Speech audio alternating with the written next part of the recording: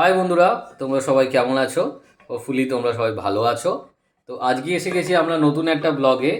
আজকে সুমি একটা special preparation করছে বাড়িতে। বলে দাও সুমি, কি বানাচ্ছ? নলেন গুড়ের পায়েস। বাহ, কেমন আর ভাবে কি কেন বানালে? বানাচ্ছি সেটা তুমি বলো। কালকে আমাদের marriage anniversary, second marriage anniversary কালকে আমাদের। এই নিয়ে 2 ইয়ার্স কমপ্লিট করব আমরা কালকে আমাদের বিয়ে। তো অনেক ভালোবাসা, অনেক হিংসুটে না, অনেক রাগারাগি, অনেক আনন্দের মধ্য দিয়ে আমাদের এই দিনগুলো কেটেছে।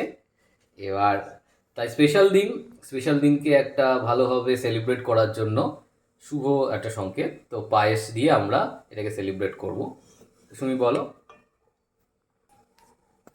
পায়েস বানাবার জন্য আমি বেসিক্যালি চালটাকে একটুখানি ঘিতে নেড়ে চেড়ে তার মধ্যে দুধ ঢেলে দিই।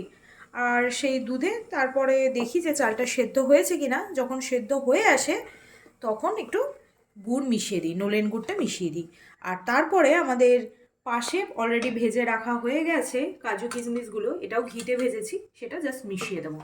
আর তারপরেই আমাদের পায়েস রেডি হয়ে যাবে খাওয়ার নলেন জন্য। গুড়ের পায়েস। তো বাঙালিদের আমাদের সমস্ত শুভ অনুষ্ঠানেই পায়েস একখানা ম্যান্ডেটরি। তো আমরাও কালকে আমাদের এই স্পেশাল অকেশানটা এই পায়েসটা অবশ্যই রাখবো। এই যে কাজু আর কিশমিশ ঘিতে ফ্রাই করা, এটা মিক্স করা হচ্ছে অলরেডি। খুব সুন্দর অ্যারোমা আসছে।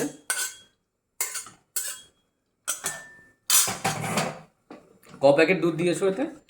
এতে আমার 1.5 প্যাকেট দুধ লেগেছে। এবার ডিপেন্ড করছে কীরকম চাল। পুরনো চাল হলে একটুখানি বেশি দুধ লাগবে, আর নতুন চাল হলে কম লাগবে। গোবিন্দভোগ চাল আমরা ইউজ করেছি এখানে পায়েসের জন্য।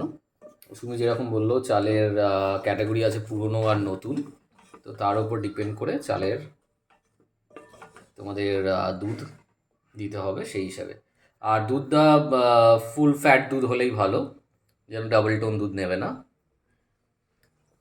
দেখো আমাদের এই ভিডিওটা, হোপফুলি তোমাদের ভালো লেগেছে এই পায়েসের ভিডিওটা।